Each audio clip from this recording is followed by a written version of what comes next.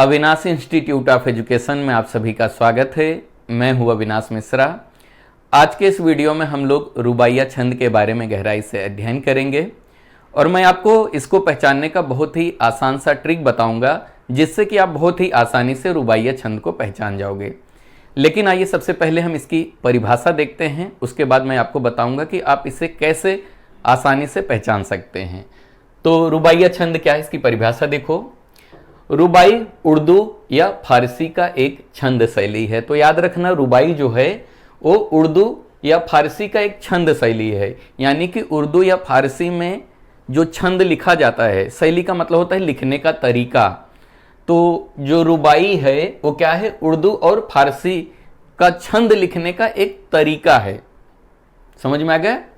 शैली होती है जिसकी पहली, दूसरी और चौथी पंक्ति का तुक मिलता है।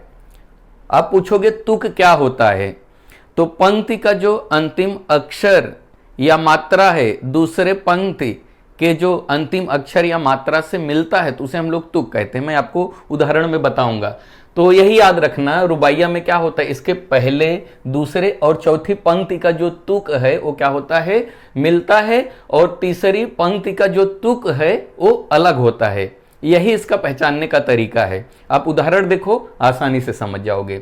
यहां पे लिखा है रक्षाबंधन की सुबह, रस की पुतली, छाई है घटा, गगन की हल्की हल्की, बिजली की तरह चमक रहे हैं लच्छे, भाई के हैं बांधती चमकती राखी।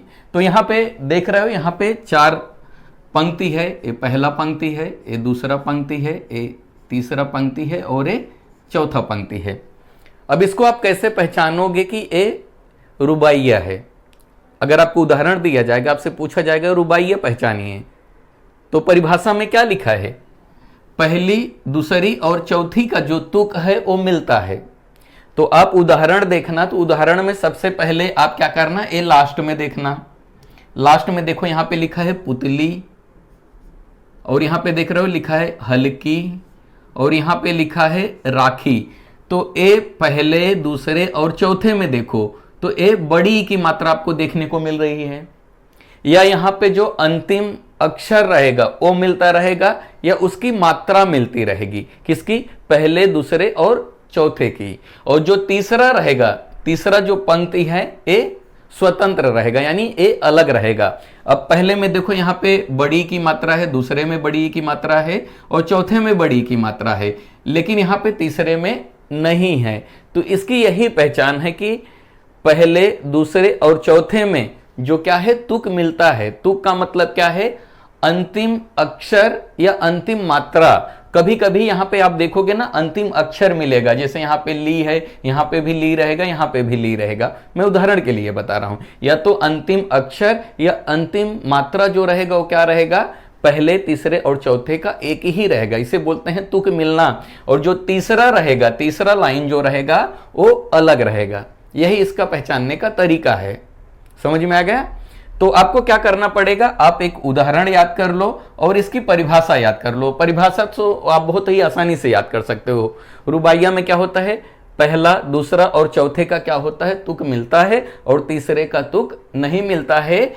रुबाई जो है उर्दू और फारसी का एक छंद शैली है। ये इसकी परिभाषा है। परिभाषा तो बहुत आसान है। आप एक काम करना, एक उदाहरण याद रखना, क्योंकि अगर आपसे परीक्षा में पूछा जाएगा रुबाइया की उदाहरण लिखो, तो आप कैसे लिखोगे, तो आपको उदाहरण आना चाहिए। एक उदाहरण याद कर लो, इसकी परिभाषा याद कर लो। अगर आपको पहचानने के लिए आएगा तो याद रखना, पहला, दूसरा और चौथे का जो है लास्ट में देखना। अगर पहले, दूसरे और चौथे का तुक मिल रहा है और तीसरा अलग है तो समझ जाना वो क्या है, रुबाइया छंद है। मैंने छंद के बहुत सारे टॉपिक को अच्छे से और गहराई से पढ़ाया है। अगर आपने वो वीडियो नहीं देखा तो उसका लिंक आपको नीचे डिस्क्रिप्शन में मिल जाएगा, नहीं तो आप प्लेलिस्ट में जाके रस, छंद, समास और अलंकार का सभी वीडियो एक साथ देख सकते हैं। तो वीडियो कैसा लगा कमेंट करके जरूर बताइएगा। अगर अभी तक इस चैनल को आपने सब्सक्राइब नहीं किया तो कर लीजिए। वीडियो देखने के लिए धन्यवाद।